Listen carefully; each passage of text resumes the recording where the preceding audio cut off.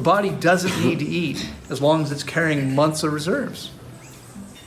Unless, what? There's one possibility, it's not likely, but it's possible, unless they're actually deficient in a nutrient, in which case their body might want them to eat to get that nutrient.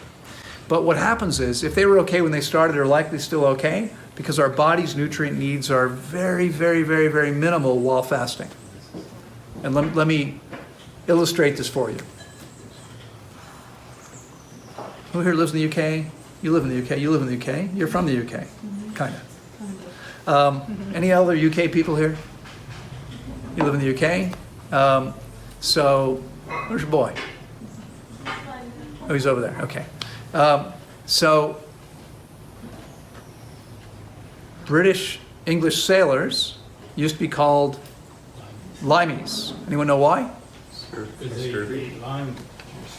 Yeah, because they realized there was a problem, right? They would leave England on a big ship, sailing ship, right? That's all there was back then, heading across the Atlantic Ocean. And after a week or 10 days, whatever fresh food they had, if they hadn't already eaten it, they had to throw it away because it wasn't any good, right? And so what they lived on for the rest of the weeks they were on board the ship was bread, grains and beans, things that they could keep for a long time. There's no refrigeration. They had to be these dry foods that they could keep a long time, which don't have any vitamin C, only found in fresh foods.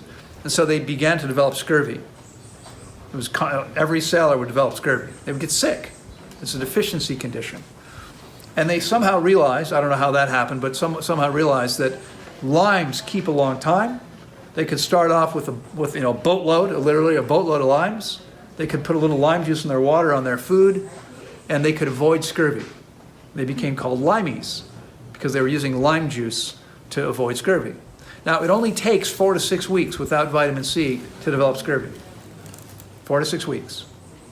I've fasted more than 700 people 6 weeks or longer. No one's ever developed scurvy. Not one. Or any other deficiency condition, except for a couple of very rare cases that were completely different. Unusual situations. Had nothing to do with normal fast. Okay, so your body's needs for these nutrients is dramatically different when fasting than it normally is. Okay, everyone clear about that? Yeah. But so it is possible that someone could wind up with a nutrient deficiency, but it's not very likely. In fact, we often see the opposite. Someone starts with a nutrient deficiency and they resolve it while fasting, consuming only water. How's that even possible? The nutrients must have been stored in the body somewhere, and the body wasn't able to access them before, and as a result of becoming cleaner and more efficient via fasting, now it is. And so we've seen this over and over again. Okay, it's fascinating how this happens. I have a video, maybe some of you have seen it. It's an interview with a woman named Terry. It was shot maybe 7.5, 8 years ago here in Costa Rica, not far from here.